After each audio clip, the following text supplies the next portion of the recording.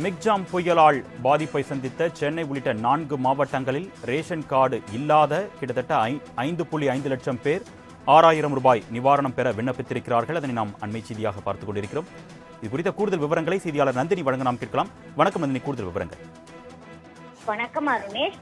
Michaung புயல் நிவாரண தொகைக்காக ration அட்டை இல்லாதவர்கள், அதே போன்று வருமான வரி செலுத்துபவர்கள் உள்ளிட்டவர்களை பொறுத்தவரையில் 5.5 லட்சம் பேர் விண்ணப்பித்திருப்பதாக தற்போது தமிழ்நாடு அரசின் தரப்பில் தகவல் என்பது வெளியாகியிருக்கிறது.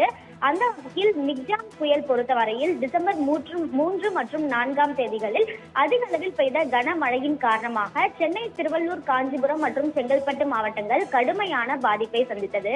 இந்த நிலையில் பார்த்தோம் என்றால் தமிழ்நாடு முதலமைச்சரை பொறுத்தவரையில் சென்னை மாவட்டத்திற்கு முழுமையாகவும், திருவள்ளூர், காஞ்சிபுரம் மற்றும் செங்கல்பட்டு மாவட்டத்திற்கு பாதிக்கப்பட்ட பகுதிகளுக்கும் 6,000 ரூபாய் நிவாரண தொகை வழங்கப்படும் என்ற ஒரு அறிவிப்பை வெளியிட்டிருந்தார். அதன்படி ரேஷன் அட்டை உள்ளவர்களுக்கு 6,000 ரூபாய் நிவாரண தொகை வழங்கும் திட்டத்தை கடந்த 17ஆம் தேதி தமிழ்நாடு முதலமைச்சர் தொடங்கி வைத்து ரேஷன் அட்டை உள்ளவர்கள் தொடர்ச்சியாக அவர்களுடைய நிவாரணத்தை வாங்கி வருகிறார்கள்.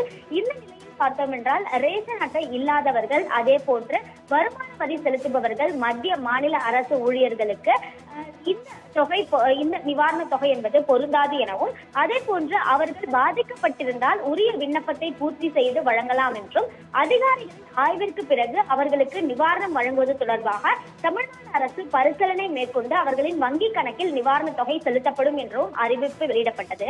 அதன்படி ரேஷன் அட்டை இல்லாதவர்கள், வருமான வரி செலுத்துபவர்கள், மத்திய மாநில அரசு ஊழியர்கள் என பாதிக்கப்பட்டவர்கள் என குறிப்பிட்டு 5.5 லட்சம் பேர் விண்ணப்பித்திருப்பதாக தற்போது தமிழ்நாடு அரசின் சார்பில் அறிவிப்பு என்பது வெளியிடப்பட்டிருக்கிறது.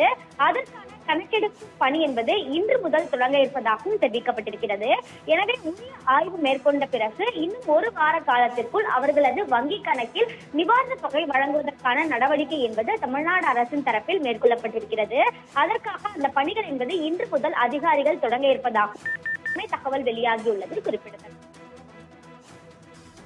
விவரங்களுக்கு நன்றி நந்தினி.